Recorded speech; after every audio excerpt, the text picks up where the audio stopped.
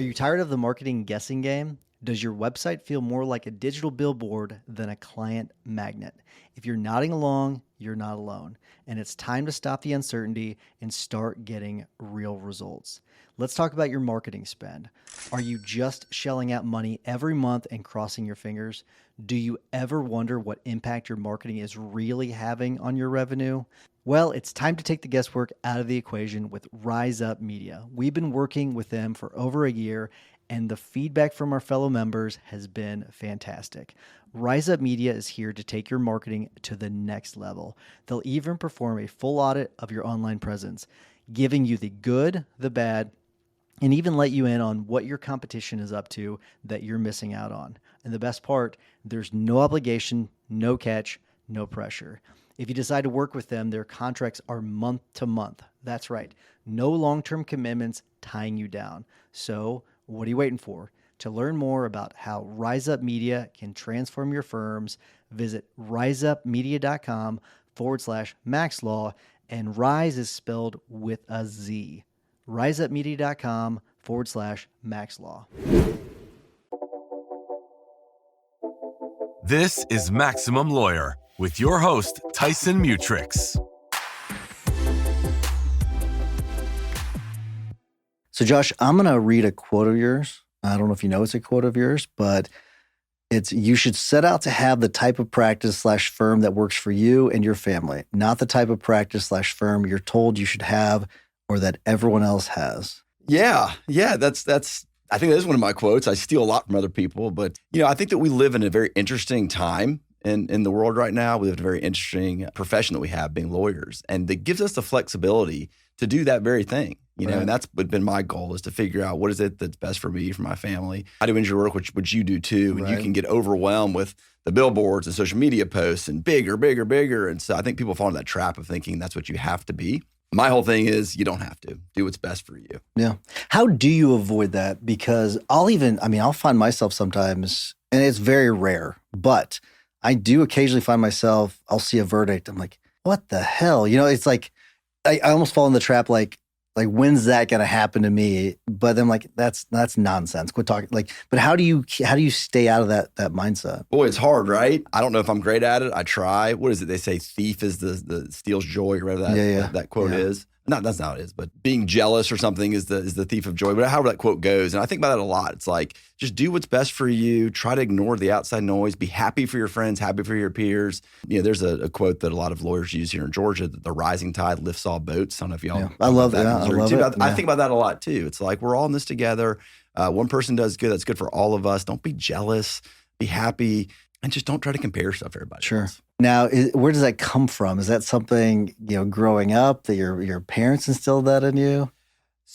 Maybe. My dad's very humble. My mom's very humble. Good family, great family, had everything we needed, but we didn't ever need more. I think that you get to a certain spot where it's like, hey, we've got our basic necessities met. We've got everything we can ask for. Our kids are healthy. It's like, how much more do you need? Right. And so at that point, you start looking at other ways you can fulfill your life. And I guess that's what I've tried to work hard on. It's like, our kids are going to be in our house for between 18 and 20-something years, depending upon how many you have.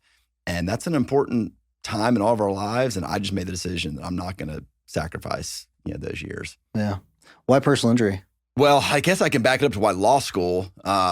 I went to Georgia, as we talked about that, and then loved Athens and wanted to stay in Athens for a few more years. I'm like, hey, law school is pretty good. So I went to law school. And then my first job was working for an insurance company, Progressive, doing all their car wreck stuff. So I don't know if I set out to do that necessarily. That's where the job was. Back then, you kind of took what you could get. Sure. Worked for great people, was on the defense side, learned a ton, went from there to a bigger defense firm, and then realized after 14, 15 years that working for the individual was going to be the better spot and not just defending the corporation. Yeah. So what year was that, roughly? Graduated law school 2004. 2004. So I did 2 years for Progressive, which was great. And then from 2006 to 17 or so, worked for a large defense firm, and then switched sides, I guess 7, 8 years now. Goes by fast, doesn't it? That is crazy. Yeah. So you started the firm roughly in a time whenever your firm, in a time where the market was not great, right? Well, 2020, I started it, which then became COVID like 3 months later. Okay, so you were working for a firm before that. So you started, okay, I was gotcha. 2017. I joined with a buddy of mine, worked for his firm for a couple of years, an up-counsel role, learned kind of how to do the plaintiff side of it. Right. Felt like I got a little more bona fide, on the plaintiff side. And me and him still were in the same office space, great friends. 2020, I decided to open my own firm, and then March is when COVID happened. So there's never a perfect time to start a firm. That's what I always tell people. And I felt like if I or somebody can get through those kind of hurdles, then be good with anything. Yeah. So what was it like working for a friend or were you working for or working with?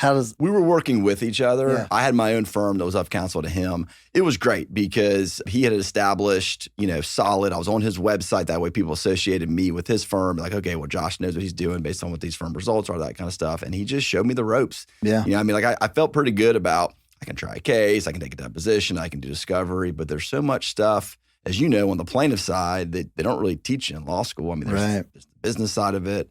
They're dealing with the clients, the lien stuff, things that I had no experience with. So he helped me and walked me through that for a couple of years. And then I felt good enough to do my own. And now I've got somebody working for me. I say working for me with me in the same kind of role I had with him. So kind of doing that exact same scenario. And this guy worked with me for a few years, and then he'll probably do his own thing. Were there ever any talks about partnering up? I mean, I guess we could have done that. I always kind of wanted my own thing. Yeah. Back to my dad, he's a dentist. He was a solo business owner, small business owner. So that was kind of, I think, in the back of my mind, always the direction I want to go. I loved having partners in the defense firm, but I love now just being by myself, being solo, because it kind of goes back to what you led off with, which is it allows me to be beholden to only myself and only do the firm I want, as opposed to if you're with a partner, with your friend, you're like, well, I got to do certain things to live at mine in the bargain with him or her.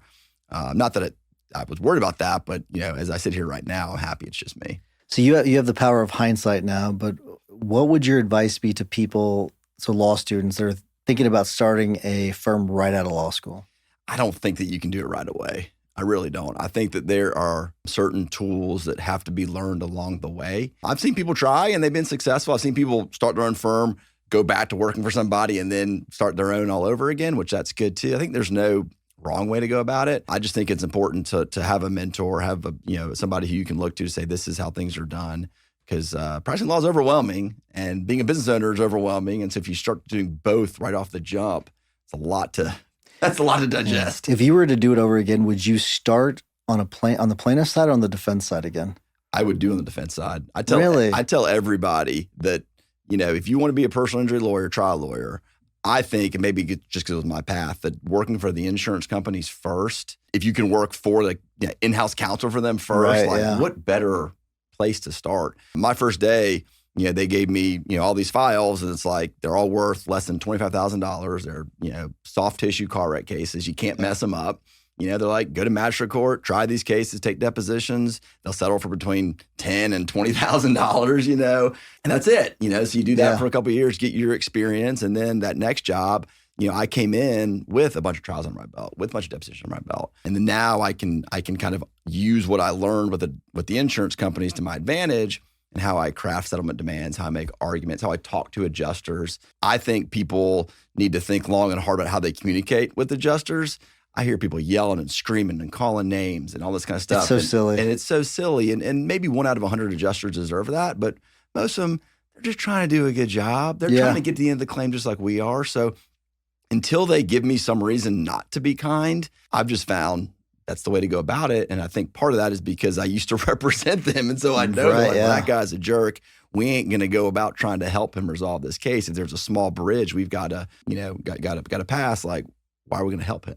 Well, if you think of like everything's sales, right? So if I'm trying to convince an adjuster to pay me more money, what good is it going to do for me to berate them over the phone? It just, even if you're right, think about on the other side. Okay, they've got some lawyer yelling at them.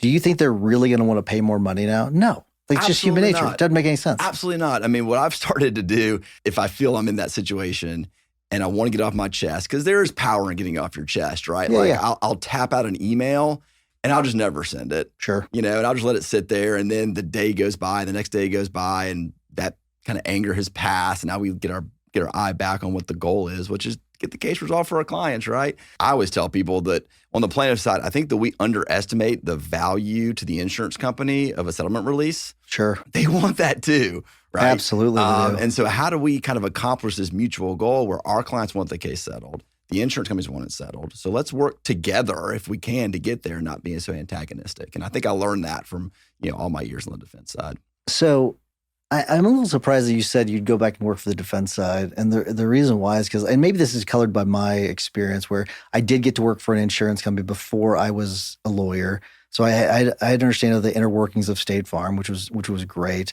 And then I guess I also got the trial experience from being a criminal defense attorney early on. So that was nice because being in a courtroom is just so important early on.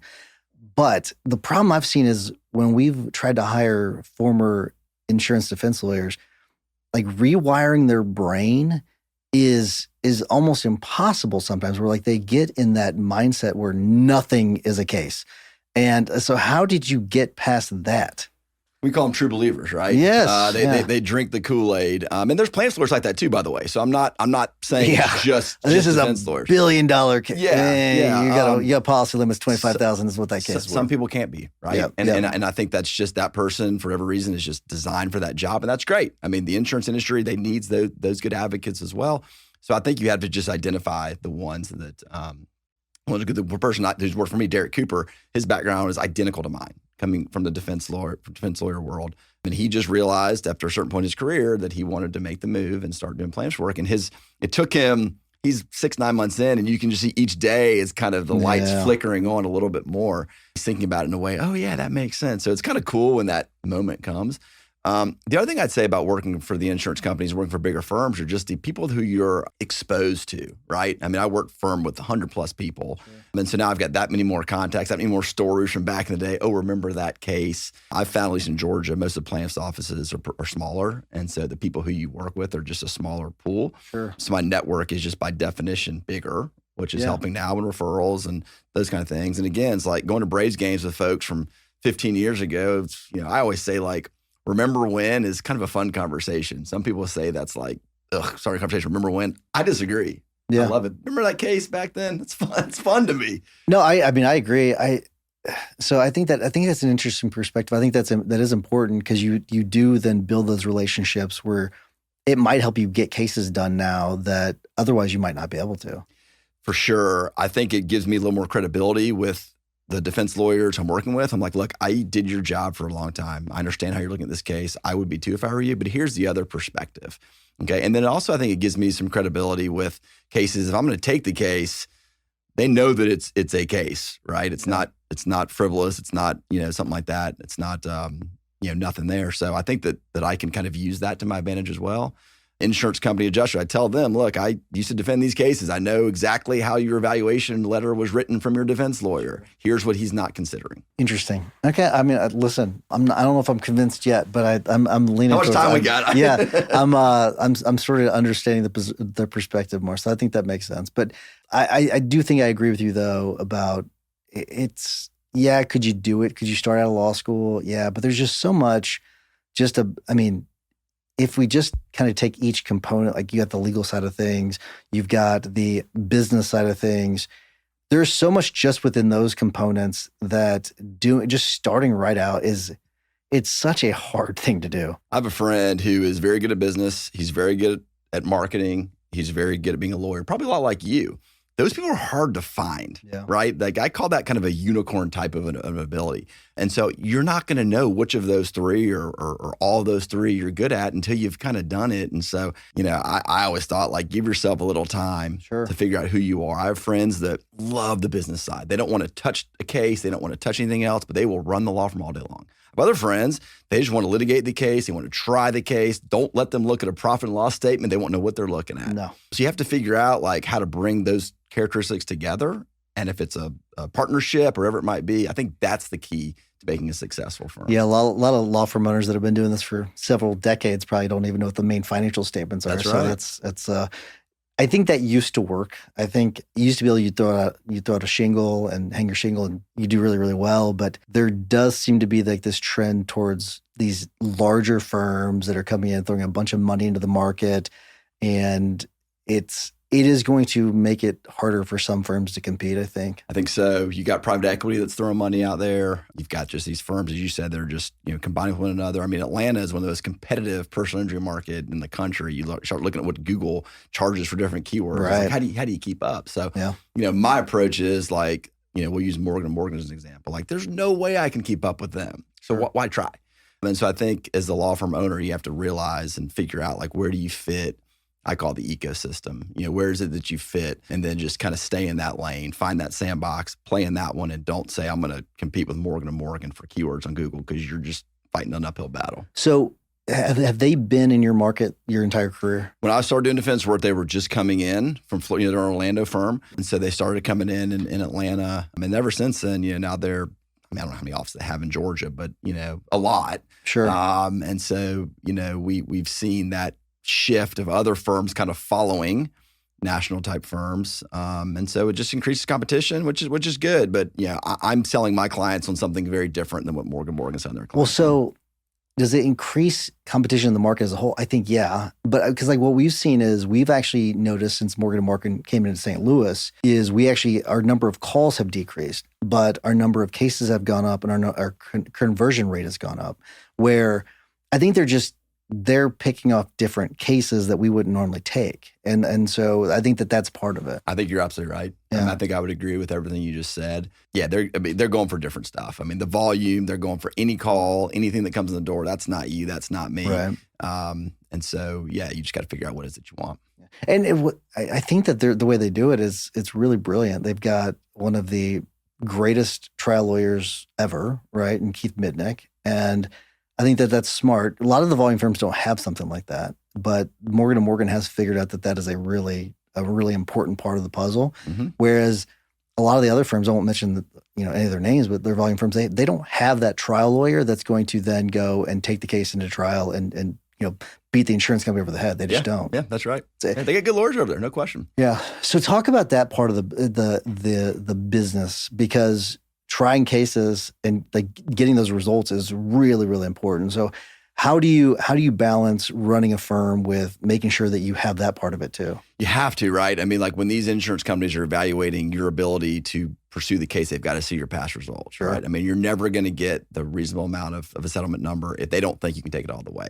We're seeing fewer and fewer cases go to trial. There's no secret with that.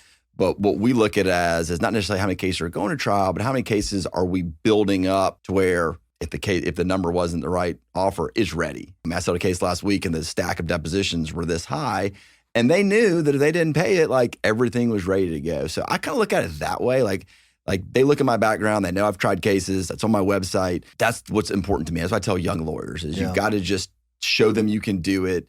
Don't take the first offers, those kinds of things. Get the case ready for trial, take the depositions, get the witnesses, video the depositions. That's a small thing that people overlook. I always felt that if a deposition was important enough to take, it's important enough to video. Yes. And if you're not videoing it, the other side's like, well, they're doing this just for some kind of a show. Like they can't really play this for a jury. It's not going to have the same effect. So, if the video is important enough to take, important enough to video. I couldn't agree more. Well, so it's pretty easy in Missouri to record a depot. You can record your own. So you can, I don't know if you can do that in Georgia, but in Missouri, you can record your own. You just show up. Yeah. It's a little different in Illinois. Illinois is not as easy to do that.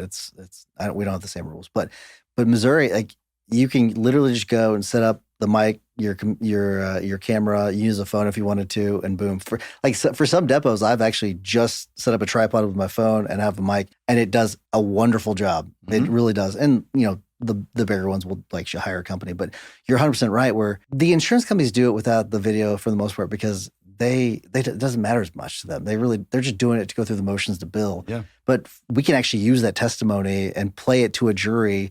And they're not prepared for it. It's such an advantage. Yeah, what I found most helpful about that is at mediations, right? Because you have an adjuster that's I don't know if they attend in person for you. Like that's less and less now since Zoom has become so prevalent. But the adjuster is going to be there listening to you.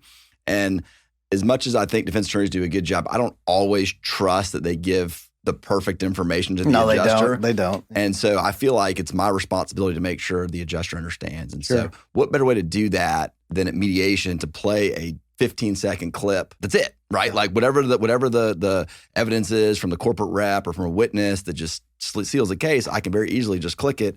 And I'm like, Mr. and Mrs. Adjuster, this is what the jury's going to hear. Don't take it from me. Don't take it from the mediator. Don't take it from the lawyer. You come to your own conclusions about how this is going to play. It's pretty powerful stuff as opposed to just reading it from a transcript or just saying, hey, look, I talked to this witness. Sure. This is what they're going to say. So it's doing the work to get there.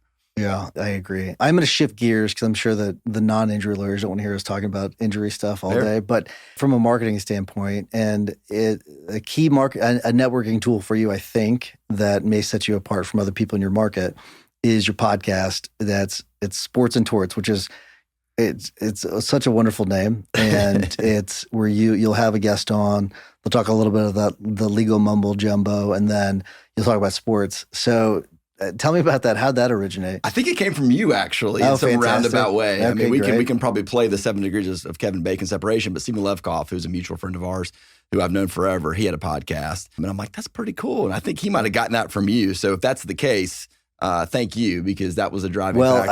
I'll take credit, but I don't know. I don't know where he got it from, but I know that he started around COVID. I know we've had our podcast since 2016, so I don't.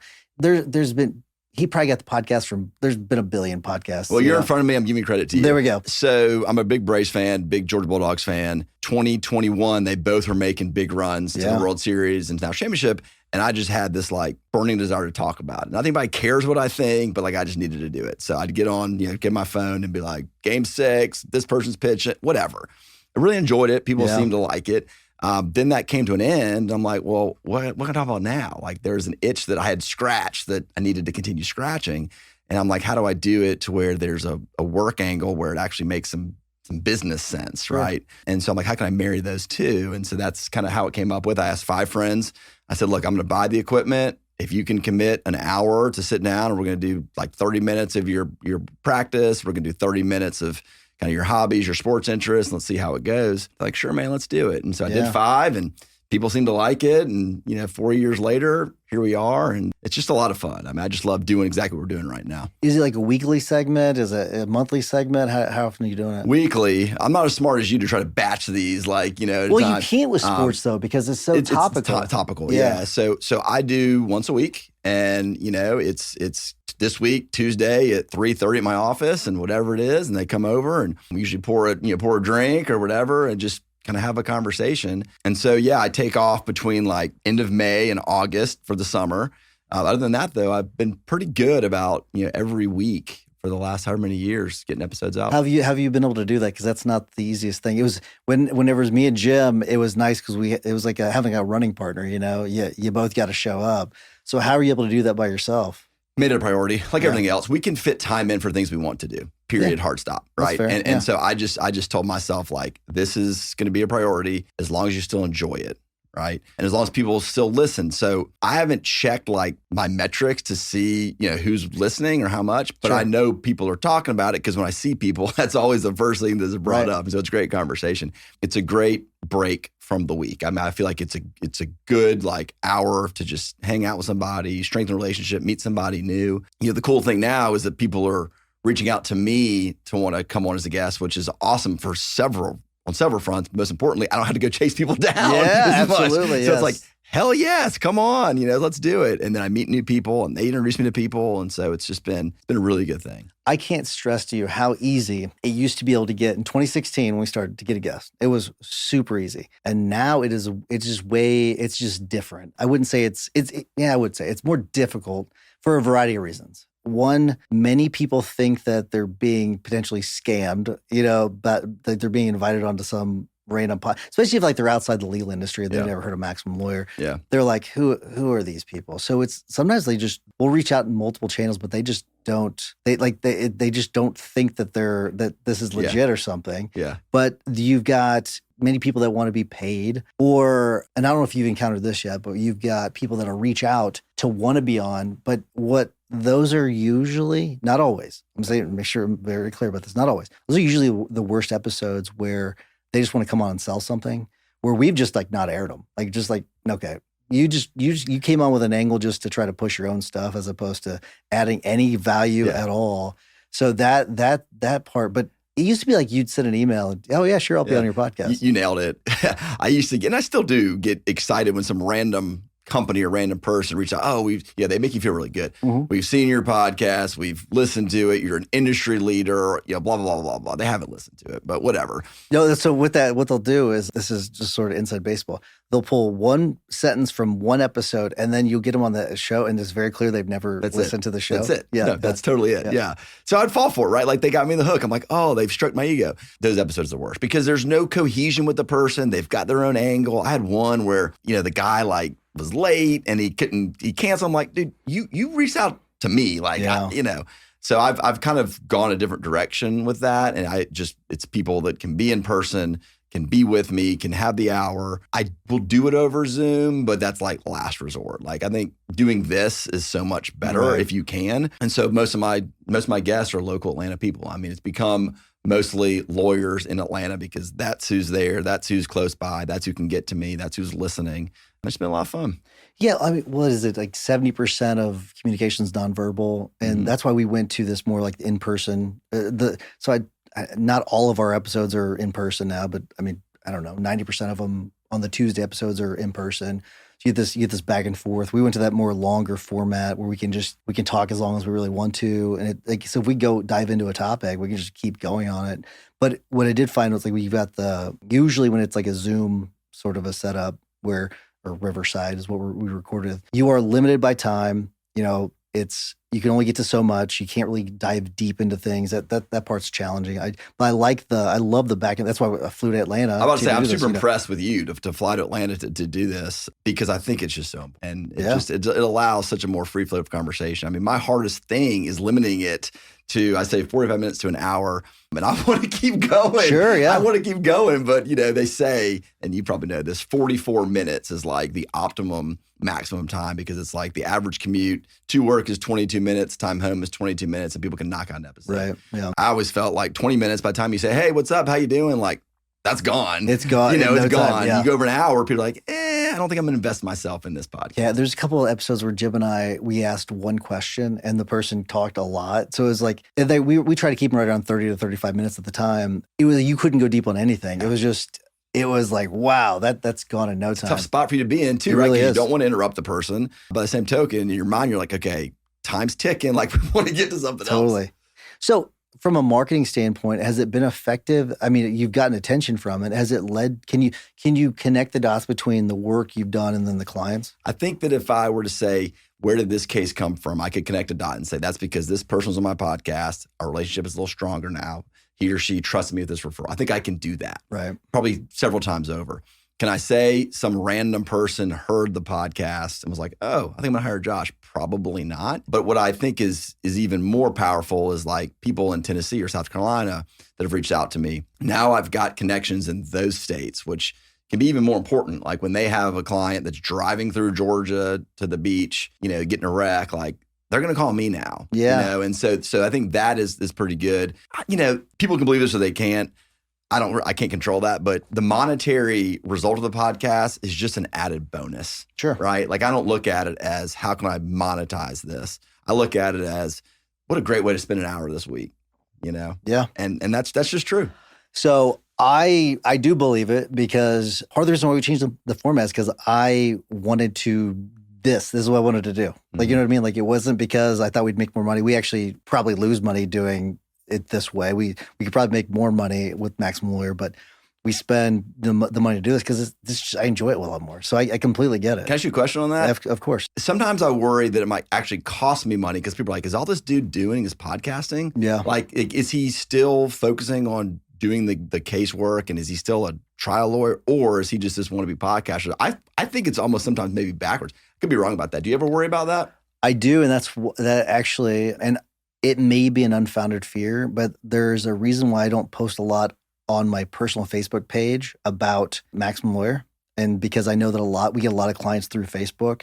And so I intentionally do not want the perspective to be, oh, Tyson's just this marketing guy. Yeah. So that's why, is because I am hesitant. And that's one of those things that might be unfounded. I have that fear. So I have zero problem posting about Maximum Lawyer on, X or on YouTube.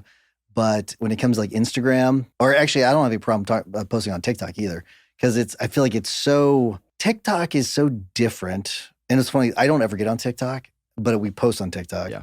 But I feel like it's not connected like Facebook is, where you can connect the dots from Max Law to Mutrix Firm to, my friends and all that. Yeah. TikTok's like these like silos almost. Isn't that so that's why. interesting that the social network platforms all speak a different language? Yes. Right? And understanding that is kind of part one. I mean, I Yeah. agree with everything you just said. I mean, TikTok is just kind of out there and you put it out there and people see it, but they're not going to be like, oh, that's this and this and this. I don't know, man. It's wild. It's like I said in the beginning, it's a crazy time that we live in. I think people that understand and utilize the power of social media are the ones that are going to get ahead, right? I mean, it's like first it was the website and people were resistant to that. Well, now can you imagine not having a website? Then it was social media channels. Like, oh, I'm not going to do that. Lawyers are above, that kind of stuff. Can you imagine having social media channels? Then now it's probably going to be, AI, chat GPT. Oh, I'm never going to let, a machine do my job. So it's like you always got to kind of follow those waves and do your best to not be the last one on it. What do you think is going to be the next thing when it comes to getting clients? Getting clients. I think that this AI stuff, if people can figure out how to marry AI and SEO, which I probably won't be able to do well, I think that's going to be the ticket. I think it's going to bring down the costs of, hiring these marketing firms that are going to do all your SEO for you. I think there's going to be AI platforms that can do it way cheaper. Having said that, till the last day I practice law is going to just be a community marketing lawyer. Mm-hmm. Have them know me, like me, trust me. So when the time comes that they need someone like that, they're going to think of me. Now, that might be the way of the dinosaur, but that's what I'm going to continue to do. So there is, I was watching something the other day, and I'm not going to be able to give credit to it, but they were talking about how you got everyone knows no like and trust at this point. So especially if you're listening to this podcast, no like and trust. What people do, the mistake they make with social media is they go no, and that's it. Yeah. So they get people to know them, but they don't get the likable part, and maybe get the likable part. But the most important part is the trust. Yeah. Because then, okay, no like and trust. Now I'm going to call you because I trust you to handle my case. And they skip out on the other two, which is an interesting part of it. And have you ever thought about that? I do. And I think the only way that you can do that, number one, is to be authentic in yourself for the like part, right? Mm-hmm. If you're trying to imitate somebody else that's doing their thing, some dancing TikTok video, like that's not you, then people are going to see that. And they're like, that's kind of weird. And the trust thing, I've always thought you just give people kind of free information, give them the answers to their problems without them asking you for it or with anything in return. To me, that's how you build trust with somebody. Right. And so my videos, I'm like, okay, what are problems? What are issues that my clients are facing or potentially going to face? And how, can I just tell them in 45 seconds, if your car's totaled, this is what's going to happen? I think that, or I hope that's how you can start building trust with people. Yeah. So Gary Vee and Alex Hormozi, I've heard them both talk about it recently when it comes to like 2025 and marketing and all that, that you're going to see less of the dancing lawyer kind of a thing. And you're going to be more of and I would say almost going back to, they didn't say this, but going back to leading with value. Because I feel like that's the way it used to be. I feel like when social media started out at first, it was, lawyers giving advice on certain things. And that's what's going to kind of be going forward, where people are going to be going to these specific channels to look for information, and then they're going to go find what they're looking for. I hope so. Guys like me and you will be benefits. Absolutely. That, right? And if Gary Vee, God knows if that's, he's been pretty ahead of the curve every step of the way. So I'm glad to hear him say that. But yeah, I mean, I think that hopefully that continues to win the day. Yeah. So let's dig a little bit more into your career a bit. And so take me to a time or some sort of moment that you realized your career path was about to change, and maybe drastically. Was there a specific spark that made you say, I need to do things this way, or I need to make a change? I got smoked in a trial. Oh, okay. Smoked in a trial. Were you on the defense side? Yes. And it was a combination of the facts were terrible. My client wasn't particularly helpful in everything. And I didn't do a great job. Insurance client or the actual client? The actual client. Okay. Yeah. And I didn't do a great job. Not that I didn't try, but I didn't feel like I was totally vested because I'm like, this sucks. Yeah. Right. And then we got smoked, and we should have gotten smoked, quite frankly. And I compared that with the case that we did really well at trial. But going back, I felt terrible when we lost, of course. Yeah. And then I had a case that we did really well, and I liked the client, and we won the case and saved the insurance company a bunch of money. And all they cared about was, how much did you bill us? And can we start cutting your bill, for this too much, whatever it might be. And I'm like, thank you would have been just fine. So I had those two experiences, kind of opposite experiences, right? And I'm like, I don't think I can do this for the next however many years. And so I think that was the part that was like, I want to be more in control of the case. I want to be in control of the client. I want to be able to choose my clients, right? If I don't like the person, if I don't like their case, like I just want to be able to tell them no. On the insurance defense side, like the client is the client is the client. You're going to take the case. So all those things together led me to make the move. There's never the perfect time. Yeah. Come up with 1,000 excuses. My kids are too young. I got private school. I got a big mortgage. That's always going to be the case, right? Yeah. Were you married at the time? Yeah. I mean, I was married. My kids, I can do the math, but they're probably 8 and 5. That's a big, a really important time too. I was too dumb to know, I guess, right? Like I was too dumb to know. I'm like, this is going to work out. Like, of course it's going to work out. Not that I was like conceited. I just think I was like, yeah, this is going to work out. And if it doesn't work out, guess what? I still have this law degree. I still have all this experience on the defense side. I'll come crawling back, and I still like all these people. They like me, and I'll just come back, tail between my legs, like, all right, guys, I tried it. Can you hire me back? And they probably would say yes. So if you can minimize your risk, which I'm always looking to do, at that point, it's like, go for it. Yeah, it's interesting how you put that, because I think some people might say, "Oh, you're being fearless, you're being brave." You put it a little differently. You're a little harder on yourself almost, but that it is a bit of a superpower. You call it whatever you want, but it is a bit of a superpower to be able to just say, "Yeah, it's risky. Oh well." You know what I mean? Oh well, yeah. Yeah. A buddy of mine, his quote is, "So what? Now what?" Yeah. Something doesn't go work. So what? Now what? And so if you look at it that way, it's like, look, no one can take away my ability to go try to make a living or raise my family or have a job. So try it. As opposed to 20 years down the road when you're like, I should have done it. And now it's too late. Now there's no point to do it. Like my mentality wouldn't want to be on that side of the fence, right? Yeah, you're clearly like a very positive person. You've got that nice, it's a great mindset to be able to kind of move on. Hey, have you encountered any struggle when it comes to your career or your firm where you're like, I don't know if I'm going to make it? I think we all do, right? Yeah. I mean, I think we all do. I think that every January 1st, you say it starts at 0 and let's roll again. So I think that anybody that doesn't is probably kidding themselves. And I think owning that fear is probably healthy, right? I mean, I think that causes you to want to continue to succeed and have the drive and all that kind of stuff. I think goals are a funny thing. I think sometimes people feel the need to put like numerical goals or something in place for reasons that are, I don't know, to appease a marketing coach or something. I don't know. My goal is simply January 1st of next year, I want to keep doing the same thing. So whatever it takes to get there, that's what I want to do. And then I want to keep that goal for every year until I don't need to do it anymore. So let's talk about that a little bit more then. Let's dive in some goals. Do you have any goals? You heard it. I mean, it's be in a financial situation where next January 1st, Josh Stein Law Firm is still open for business. Okay. And however it takes to get there, that's what I want to do. I don't have a goal of like, I got to have this much in revenue or this many clients. You would probably shriek at the lack of metrics that I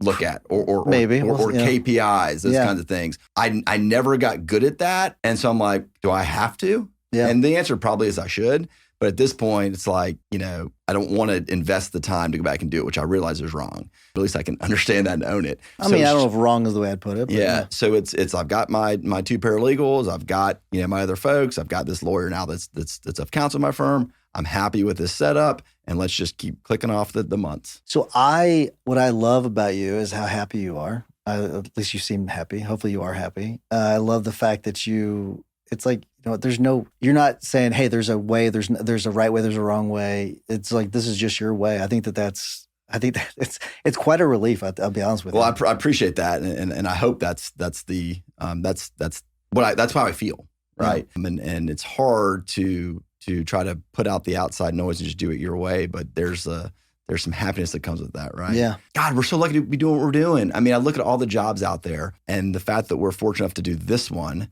and get paid pretty well to do it. It's like, what's there not to be happy about? Yeah. Right? Do you practice? I mean, you've mentioned, you've not said the word gratitude, but you've shown gratitude several times already. Do you practice regular gratitude where you're like, every morning you wake up and say you're grateful for 3 things, anything like that? No, I don't do that. No, I don't know, man. I mean, I feel like there's 2 ways you can go about living life. You can live it in a good way or a bad way. And that's very like black and white. But if you look at it that way, like living in a good way. Yeah. I mean, we have a lot to be thankful for. How old are you? Born in 1979. So what does that make me? 45. I do the math every single time. You're a few years older than I am. Yeah. Have you thought about what you want your life to look at like when you're like 65? Yeah, I think that a lot because I don't think I want to be doing this for 20 more years. Oh, okay. Let's see. All right. I want to hear more about this. Well, just because I think it's going to change a lot. I mean, tort reform is coming in Georgia. You have no reason to follow it, but tort reform is coming. That's going to change the landscape. Well, I mean, we haven't. I mean, they've been trying to gut us for 15 years in Missouri. So we follow it religiously. So you live through it. Yeah. I mean, Georgia's bringing that pretty good, and we'll find out. I don't know if this is going to air, but we're going to find out probably in April. So that's going to be changing. I think that with the self-driving cars, with all the other things, like I think just our industry is going to change a little bit. Yeah, I agree. I want to figure out a way to do what you and me are doing right now and do that. Yeah. Like I said, my favorite hour of the week work-wise is doing these podcasts. And so if there's a way that I could somehow do that, that sounds pretty darn good to me. My kids, or my daughter is a junior in high school. My son's in 8th grade. So they'll be in college. I mean, less than 5-6 years. And that kind of changes the dynamic too a little bit. So I don't know. We'll see. Yeah. Is your wife, is she on board with sort of your mindset on things? I do wonder if, do you get pressure from home? Like, hey, get the firm structured, set goals. What's that like? I'm gonna start a little fight here. Let's see. So she works for the firm. Oh, okay. She works for the firm. Fantastic. I mean, she's our office manager. She writes all the checks. She handles overseeing all the marketing stuff. So, I mean, I don't want it to sound like we're aloof, right? Yeah. We have a very good structure in place. Yeah, I mean, she loves it. It gives her the flexibility. She works from home. She goes to the gym at 8:30 to her, whatever the class is. She's home at 10. She can work till the kids get home. Like, it just works for everybody. Yeah, the freedom that you get from owning a law firm is just, it's hard to beat. You can't go back, right? No, I mean, you can't go back. I mean, that goes back to my Glover years. Like, if I had to, I'd go back and work for a big firm, but I really don't want to have to do that. So you don't want to be doing this in 20 years, which is, it's such an interesting thing. A lot of people, they'd love to be able to keep doing this for 20 years or so. Have you really kind of sat down and thought about, this is what we want our life to look like, that we want to, this is where I want to live, or maybe you're going to stay in the same house. I don't know. I wake up at 8 a.m., I got to do this. Have you thought about all that? I think what I said I don't want to be doing this 20 years, I don't want to have the pressure of every day, every month, every year to be cranking out a profitable law firm. I think that there is a dream scenario where my website, my contacts, my firm is all up and running, and we're still taking on, the good cases that we want, but just being super more selective about it. So I think that is a scenario, but maybe I don't think in 20 years I want to be doing that, but probably 10 or 15, Sure. Look, I've never lived anywhere but Georgia, so I don't know what else is out there, but my family's here, my friends are here, so I don't see myself leaving anywhere. I don't know, play more golf, be on the boat more. That sounds pretty good. So you don't have KPIs, right? Make sure. Nope. Okay. Because I do wonder, I'm going to try to push you, I'm going to try to convince you of some things. Sure. Now, I do think if you start thinking about that stuff now, where you start to create these stepping stones to get to that point where you've got these systems where you can spend more time, I think it's going to help you a lot more than maybe you even realize at this point. You're not wrong. And I know that the question of if I get hit by a bus tomorrow or what happens, I understand all of that. Yeah. So I'm not naive. If I sat down tomorrow, you could probably help me, but if I said, what's going to be the first KPI that I do, wouldn't even know where to start. Would not even know where to begin. Right. Yeah. I mean, we could probably do an episode all by itself. But okay, so we can kind of walk this a little bit. Let's have a little fun little exercise. Sure. So it would be helpful, I think, if we had a better idea as to what it looks like, when you want to kind of in 20 years or so. But let's kind of pare it down. Let's go make this a little bit easier. Sure. In 3 years, what do you want things to look like for your personal life, your home life, your same. work life? Okay, exact same. Yep. Okay, so what's the one thing you need to focus on every single day, every single week to make sure that you're still doing what you're doing now in 3 years? My word is consistency. Okay. That's a big word for me. That's showing up every day and doing the job. That's showing up to do my marketing stuff. I do 3-ish videos a week that I put out. Yep. Again, I think it helps. Don't know, but people will see them. That's doing those. That is doing my podcast regularly every week. That is doing good work with the clients, because if that's not happening, then it all tumbles. Yeah. Right? I mean, that's the house of cards that fall. And I think when you go back, not to change gears, I will answer your question, but when you talk about the shift in the dancing TikTok lawyers, because those dancing TikTok lawyers aren't doing good jobs in their cases, right? They're focusing on dancing on TikTok. And so if you're not doing a good job on the cases, the whole thing crumbles. Sure. So I'm focusing on doing a good job, because then, every year my client base gets larger, which then expands the people that are out there recommending me when their friends or family, get hurt. So I just focus on that. I don't want to hire more paralegals. I don't want to hire more lawyers. My mentality has always been that if I get too many cases to handle, I just keep increasing my threshold for size of cases, and the smaller ones I'll refer out to peers and let them do it. That's always been my motto. I learned that from a person who I joined up with, Andy Goldner. And so in 3 years, I guess my threshold will just be hopefully a little bit higher. And so the case I'm working on are just that much higher, and the ones I'm sending to other lawyers will be lower. So I guess for that to happen, then what you're going to need to do is making sure that you are bringing in clients on a regular basis, right? So what is that one thing you need to focus on then to make sure that those clients are coming in on a regular basis consistently? Because I think there's like a plateau it seems that some law firms hit or lawyers hit. Like they get to a certain age and then they stagnate, and then they start to see the massive decline in cases because they kind of stop marketing. So is there anything specifically when it comes to marketing that you need to be doing on a weekly or daily basis? Yeah, I mean, so I guess I'm putting faith just in the process that continues going on. I focus 90+% of my attention on my community. So I live in East Cobb, which is a Marietta just north of Atlanta. I was born there, went to high school there. My daughter goes to high school there. My son will go there next year. And so I sponsor the baseball team and the football team and the volleyball team and all that kind of stuff. Nice. And so I feel like if every year I'm still there, and every year just by, the law of averages, somebody in that community is going to get in a tough spot, they're going to think of me. Like I'm not competing against anybody else for that particular group of people because I'm kind of the only one. What happens when they graduate? Are you going to keep? I think so. Yeah. I think so. I mean, it's interesting because in the 90s, I was all about the high school and the community. And then I had like a 15-year kind of break where I was not involved. But now that I'm back in, like I know all the kids now.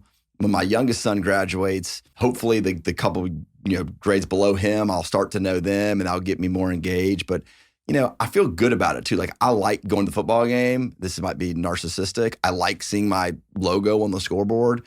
I like when there's a batter up to bat in the baseball game and the announcer, Mark Aston, says, "This inning is brought to you by the J. Stein Law Firm." Like, I like that. Yeah. So it just feels good to me. And even my kids aren't involved, like, I'll probably still do it. Okay. So we won't dive too much into the marketing because I think we could go really deep and like, okay, these are the things when it comes to marketing you need to focus on. But okay, so we know that marketing is a key component, right? So you can't stop doing that. When it comes to the other side of things, you got to make sure you're doing a really good job in cases. Otherwise, that's going to go away. So what do you have to make sure that you're doing on a regular basis to make sure that you all are doing a just tip-top job on cases? Yeah, keep our caseload small, right? Every client has my cell phone number. Every client has my paralegal cell phone number. And so if we have just a finite number of cases, it allows me to touch them every couple of weeks. Like it won't be 3 weeks go by that a client hasn't at least heard from me, like how we doing, how we feeling, what's going on here. I can do that because I don't have hundreds of cases. So the number one thing you need to focus on, I guess, is the number of cases. Yeah, which has always kind of been my thing. So it's like I found, and everybody's different. For me, like between 30 and 40 cases is kind of my sweet spot.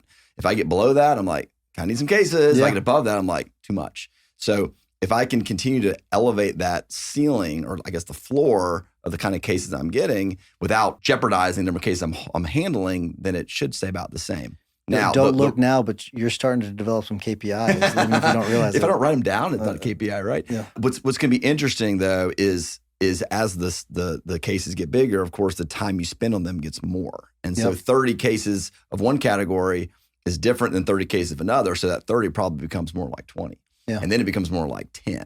So yeah, I guess you have peeled back my onion to get to my KPI without me even knowing it. But that's kind of how I look at things. Do you think there might be another number or something else you can look at to make sure, other than number of cases, something else that might indicate the health of the firm? People say how many calls you get a month. Okay. Right. I've never tracked that because some months are just way different than others. What I've found, and this is junk science, I found when I settle 2 cases, 2 calls come in. Okay. It's just weird that way. Yeah, that's definitely junk science. It's weird sure. that way. Yeah. I've found if I turn down a questionable case I probably didn't want, a good case follows it. Junk science. But I'm going to, like I said, I'm going to keep kind of going down that path until I can't anymore. Better be lucky than good. Maybe. Do you ever look at average case value? No.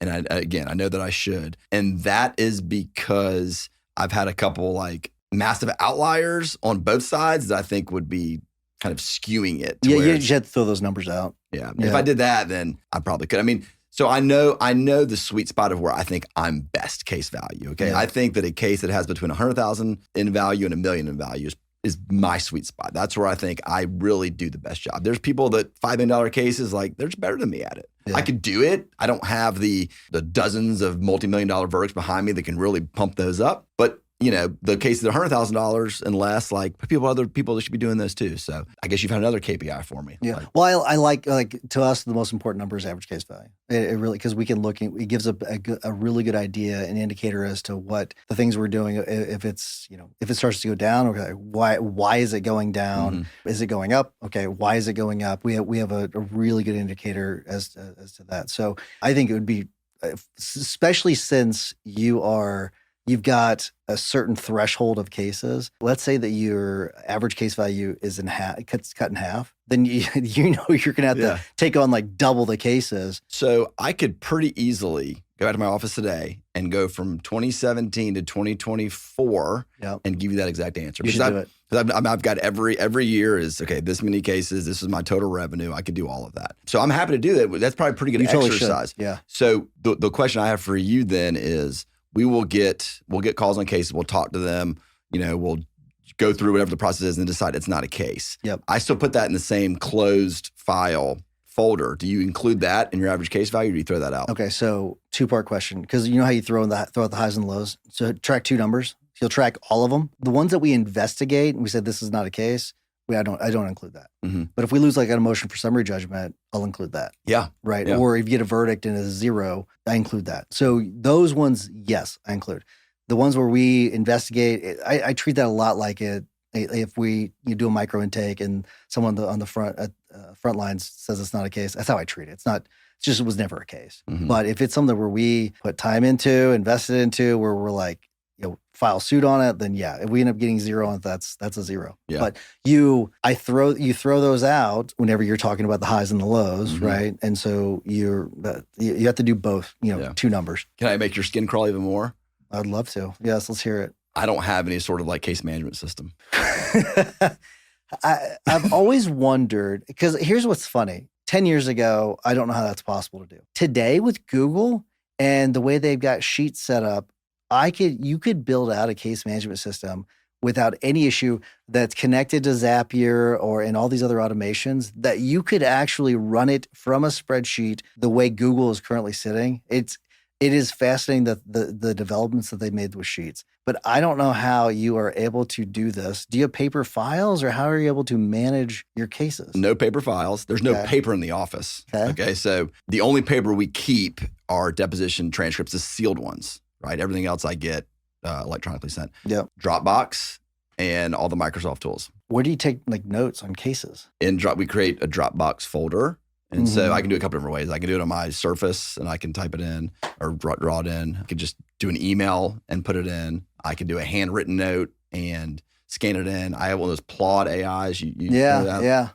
Which has been great. I mean, that's amazing. I want to ask you more about that in a second. Yeah. So that'll plug it in. So for me, if I have 30 cases, I've got 30 individual Dropbox folders.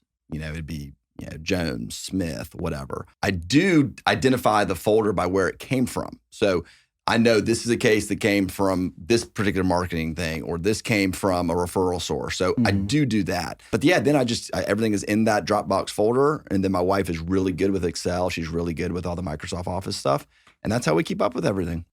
I'd rather you do that than like have something like super complicated system that you don't use, or that is too complicated. Keep it simple, stupid. Yeah. Isn't that right? Keep it simple, stupid. And so that's what we've done. If I had 100 cases, couldn't do it. Totally understand that. When I was in a defense firm, we had pro law, and it was amazing. You would type in things, it would auto-populate, probably like your Zapier stuff you do. I totally understand the benefit of all that. I just don't want a firm that requires that. Yeah, you don't have the benefit of DocGen, where you're like drafting a letter, it just populates everything that you Copy need. and paste, man. So you do use templates, so that's good. Mm-hmm. At State Farm back in the day, we had templates, and it was like note templates, which I thought were really great, where I didn't have to copy and paste it, but I actually did borrow some of that for like our stuff, where it would pop up and it would say, I'm just going to make up something. So because I worked in fire claims, so let's say there was a fire at a house, and it might say, if there was like a note, it would have all these different categories. I had to fill out each category. Mm-hmm.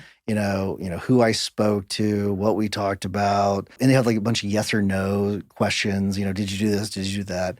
which are things like that are pretty helpful. Do you do anything like that? You know what I think about when you say that? I think about the Bob's and Office Space and TPS reports. That's funny. That's what I think about. Okay, it's a problem with me. I understand that. Yeah. I absolutely recognize that. I think about I'm creating something for the sake of creating something as opposed to just doing it and moving on to the next thing. Right. How do you know if a case is on track? This is going to make you upset too. In my head, because we have a small amount of cases, I look at every Monday, I'm like scanning my cases and saying, okay, what needs to be done here? What needs to be done there? I really do have such a good grasp of each one of my cases that it's kind of like that spider sense where you know, like this has to happen. I mean, what I've found, quite frankly, and this, I'm not patting myself on the back, but I move at a faster speed than the defense does. I get frustrated because I want to do things in my cases and the defense isn't ready to do it yet. And so I'm almost being stalled on my stuff, which then, leads to them being, okay, Josh, now we're ready to do this, which allows it to happen, if that makes sense.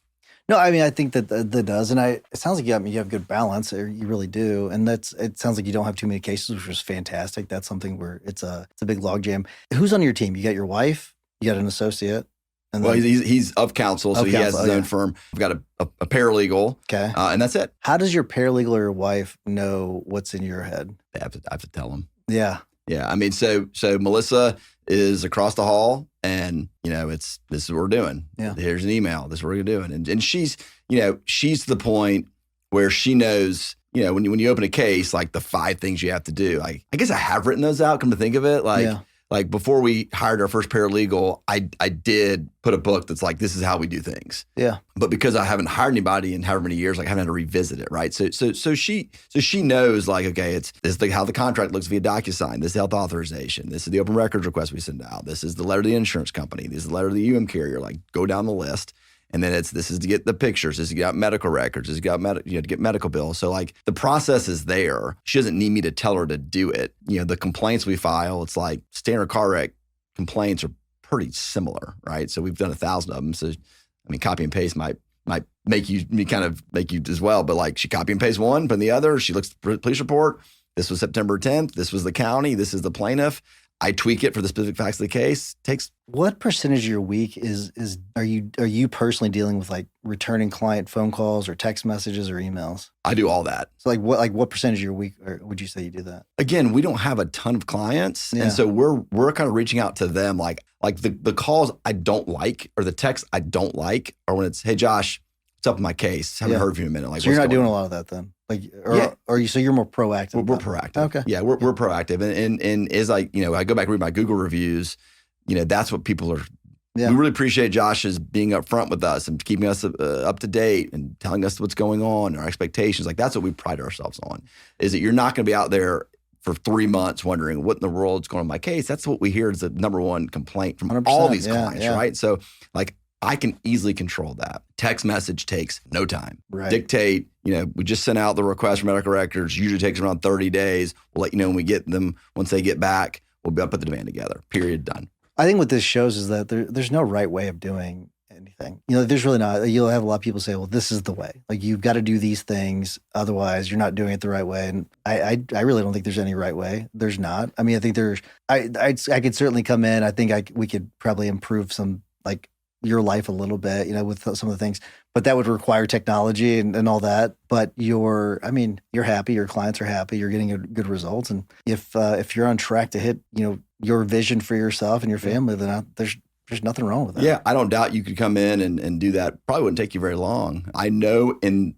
real time when I'm doing something I shouldn't be doing. Yeah. I know it. I don't care. It's what I want to do. Sure. If I like putting a settlement statement together for my client because I like to see exactly how it's going, I know my paralegal could do that and should be doing it, but I like doing it. I think you're very atypical of most law firm owners, though, where they don't want to be doing some of that stuff, and they do it because they feel like they have to, as opposed to because they want to. I think that's the difference. I think because they were told they couldn't do any other way. Maybe you know what? It could. Right? It could be like that. This is the way the widget's made, and again, I'm not saying I'm right. I'm just saying it's what has kind of morphed for me, and it's what's. It's right for you. So the AI device that you're wearing, what's it called? Applaud. So I'm not wearing. I should have worn it today. Actually, I should have. So I wear it in my podcasts. So I don't know why I didn't wear it today. I wear it on my client meetings, and it records everything that is being said. So everything throughout your day, is it recording? When I turn it on. Okay, so when I turn it on, yeah. That was a big question I've had, like, because I've seen these on Facebook and all over the place. So you have to activate it, and like you just push a button on it on your phone. Okay. Yeah. So you can wear it as a bracelet. So I've never used it as like a sneaky thing. Like in Georgia, you could. I mean, Georgia's a one-person consent to record Missouri's state. like that. Yeah. So if I wanted to, I could be sneaky and wear it. But I that's not my purpose for it. So my purpose is I wear it, either as a bracelet or you wear it on your neck. And so my podcast, it will record the whole thing, which will then summarize it for me, which will then allow me, you're going to like this, put it in Chat GPT as the transcript, which then can make a small summary for my social media posts or my summaries in the actual podcast thing. So that's been very helpful. When I meet with a client, I wear it. And then the cool thing, it will give you action plan items. I don't know how it does this, but it'll read your transcript and it'll say, based on this, you need to go do X, Y, and Z, which is pretty cool. It is. And so, I've just kind of begun to use that as a tool, and it's been very, very helpful. Ring Central as a tool. Do you use Ring Central for your phones? So they've got something where you can, it's AI transcription. I have it like set to like auto record, so I don't have to remember to hit the button. Yeah. And at the end of it, it'll say like to-do items or something like that. So it does say Tyson said he would do this, client said he would do that. And that's really helpful. Yeah, it's good. I mean, so the days of taking a paper note, I don't think we need to do that anymore. And it's pretty inexpensive. I mean, I think it was $160, something like that. I mean, the hardest part is just keeping it charged, but it's nothing. How often do you have to charge it? I mean, I keep it charged in. It's just kind of my thing at work, but I think you could probably get several hours of use out of it. I mean, I've never run it for more than an hour or two at a time. I've never had a problem. But yeah, Plot AI. Yeah. Okay. I'm gonna have to check that out. This is not sponsored by Plod, but maybe we'll get that sponsorship. If someone gets a good use out of maybe it, maybe you get some money from it. But so I mean, you've spent a lot of time talking about like designing sort of a practice that fits your lifestyle. I mean, have there been any sacrifices you've had to make to do that? I probably could make more money. Okay. I probably could have more cases. I probably could hire more people and stroke my ego that I've got this big practice, all this kind of thing. So I probably missed out on, certain big cases where the client was like, yeah, that firm's probably not the one that we need to hire just for the mere frontage part of it, right? Just for the perception. So I'm sure I've missed out on some of that stuff. Does that not, I guess it just doesn't affect you. What am I going to do? Right. Yeah. Yeah. What am I going to do? Have you ever been tempted to kind of like shift gears and go, maybe we'll get some more automations built in. We'll take on more cases. Have you ever been tempted to do that? Yeah. Wow. No. Good on Sorry, you. man. No, this is fantastic. I love it. I love the fact that you're happy in your skin. You're happy with what you have set up. I think that's great. What then? Does anything ever keep you up at night? It used to keep up a lot more. I mean, I feel like I'm banking on what I have done in the past that will continue to work in the future. And again, that's leap of faith. That's whatever you want to call it. But I feel like I position myself now through hard work from the beginning, right? That she's going to keep working. Yeah. She's going to keep working. So you and I are young enough that there's a possibility that autonomous vehicles are definitely going to be in full force. I mean, with AI, it could be in the next 10 years. I mean, was it 10 years ago? They were saying in 5 years, they were going to be all over the place. Mm-hmm. It's not even close to what they said it was going to be. But with AI, the advances could be, much faster, I think. So I haven't quite digested how we're going to navigate that.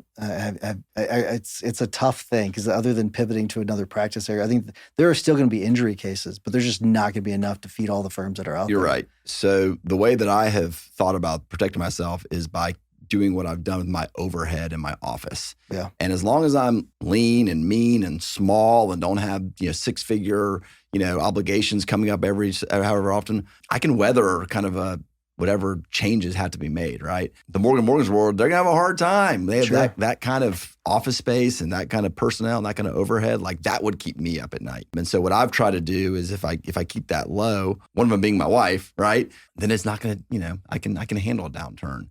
I think our jobs as we know it in 10, 20 years will be very, very different, which is why I said in the beginning that I probably won't be doing this in 20 years. Every year that we keep cars out there banging into each other is another year I could click off, I think that there'll be a wave of self-driving litigation. I think that's going to, be a however many year process. And then once we get through that, I think there could be some tough times. Right. I have tried to not focus on just auto accident cases. Another KPI I guess I can talk about, that's probably a third of what I do. Really? Yeah. And so wait, your car crashes are only a third of what you do? Probably Wow. 40%. Yeah. Wow, that's a Yeah. shocking number. Wow. Yeah. Okay. Yeah. So I came from a world where I defended retail and restaurant, hospitality industry. So slip and falls, those cases are probably that, and dog bites, and actually daycare cases are probably the three, and negligent security I cases. just settled a daycare case on Friday. Yeah. So did I. Nice. Yeah. Congrats. Yeah, thank you. Congrats to you too. So, the car wreck cases are always going to be probably the bread and butter, but it's not all that we do. Yeah. I've always not understood the hesitation that a lot of firms have when taking premises cases, where you have to file suit on more of those than a car crash. That's for sure. But they are usually pretty serious injuries, and you can make really good money from them. You know why? Because they're harder. They are harder. Because they're harder. Yes, yeah. Because it requires the lawsuit. It requires taking depositions. It requires fighting a summary judgment motion, as opposed to a car wreck case. Someone runs a red light, it's done. And so they're just harder. But what I've found is if you vet those properly, and we vet out of them, because you can get in a bad spot fast. They're good cases, and there's always plenty of insurance coverage.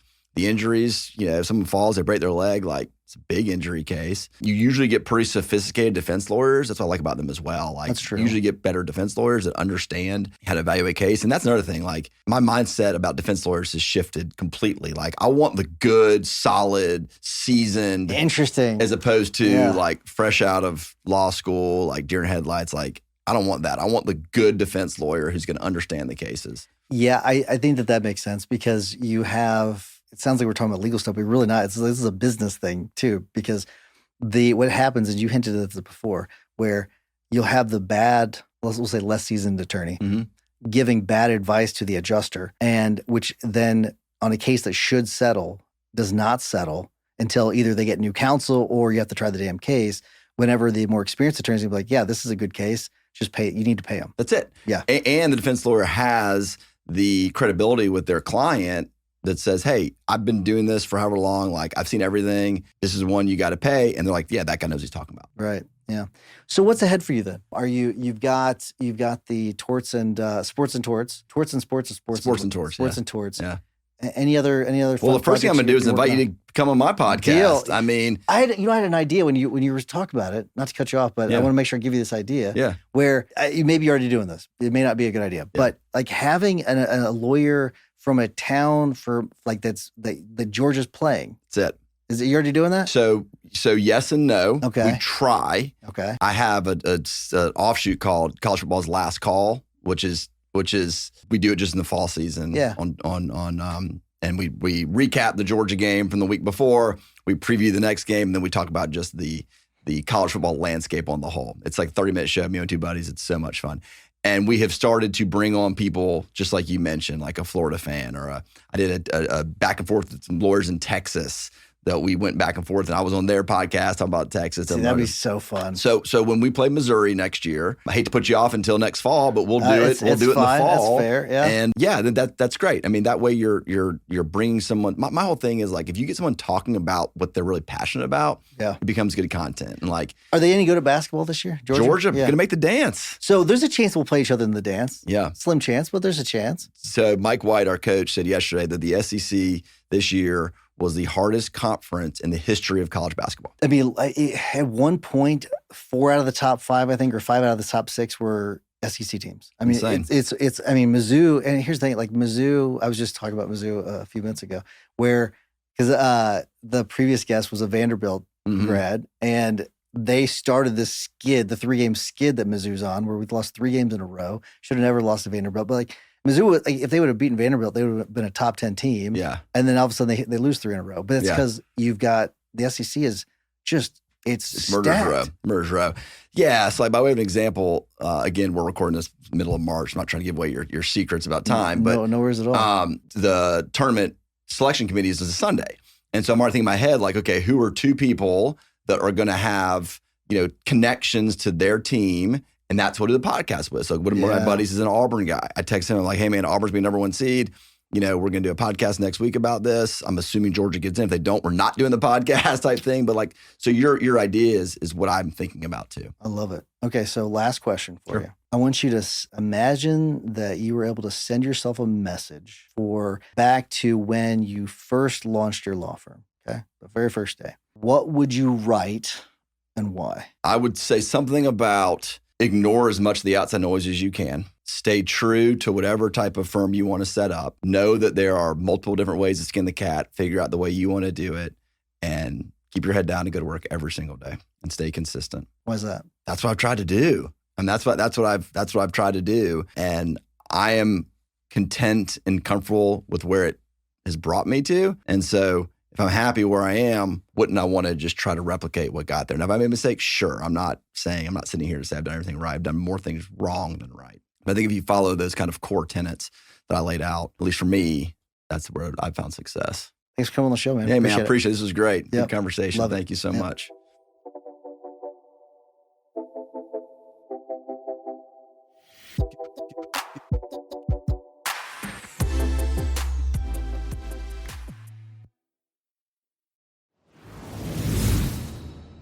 If you're a law firm owner who thinks like a business owner, not just a lawyer, this is for you. July 17th and 18th, we're hosting our next in-person mastermind in New York City. We're kicking off with a strategy workshop with Jessica Gonifas of Silver Peaks Accounting, dialing in your numbers so you can make smart CEO-level moves. Then it's straight into mastermind hot seats. No fluff, no filters, just real strategy, real feedback, and breakthroughs. Plus, we're hosting an exclusive dinner. Bring a +1, connect deeply, and build the kind of relationships that transform businesses. If you're ready to think bigger, move faster, and scale smarter, get your mastermind ticket at maxlawevents.com.